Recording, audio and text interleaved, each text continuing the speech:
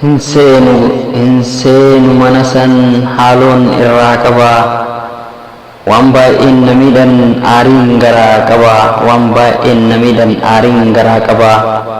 Tokkoyyuu hin dagadhu ani gocha isaanii, har'aas itti jiru isaa yoom dhiisanii, nama jibbisiisaa dalagaan isaanii.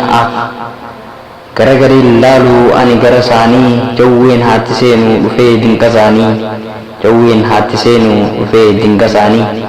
Maal barbaadaan dhufaa duuba mana gumaa, saba seenaa ture warra balaafamaa, warra safuun beekne sanyii abaaramaa, kan cubbuun sodaanne saba akkas jibbamaa, warra ejjetan tolle kan kotteen jarjaraa, duubaa durri hin cinni saba mataa daaraa, duubaa durri hin cinni saba mataa daaraa.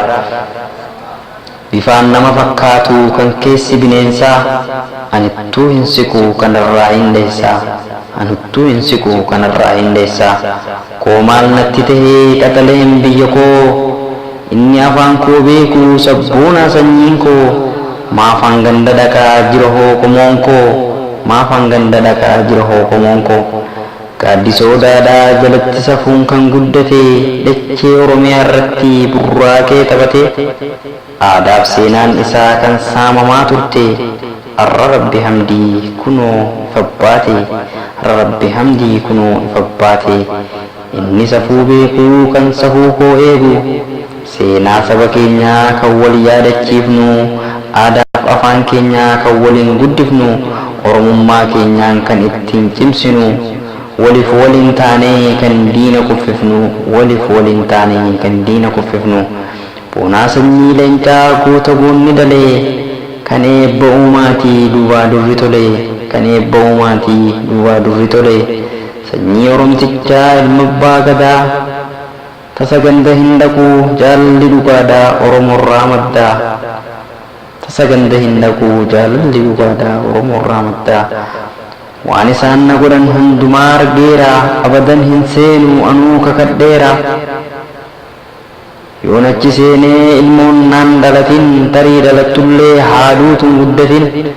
Guddattees maal gootii silaaf ilmoon bofaa, buruus isaanirraan salphinni na dhufaa, buruus isaanirraan salphinni na dhufaa. Warri duraa seenii tokkoo tokkoon isaa, dhiiraas tahee dhalaamee al tokkoon ibsaa. Kunoomee dagatee aadaaf seenaa isaa, afaan isaa dhiisee kan ormaa odeessaa. Lammii isaa ganii alagaadha faarsaa, takkaas lachuu dhabee qalbii of rarraasaa. Ittiin dhagayamuu cunqursaan saba isaa akkamiin dhagaya?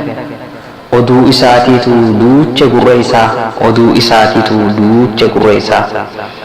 Har'a hiriyaansaa bosonaa bookkisaa, haqa dhabne jedhee boo'ee wal boochisa. Inni linga darbee diinaa wajjin ciisaa ejji. Kun jiraa du'uudhaa mee achuma dhiisaa, kun jiraa du'uudhaa mee achuma dhiisaa. Warra akkasiitii kan saba koo rakkisee, diinatti michoomee wajjinuu odeesse.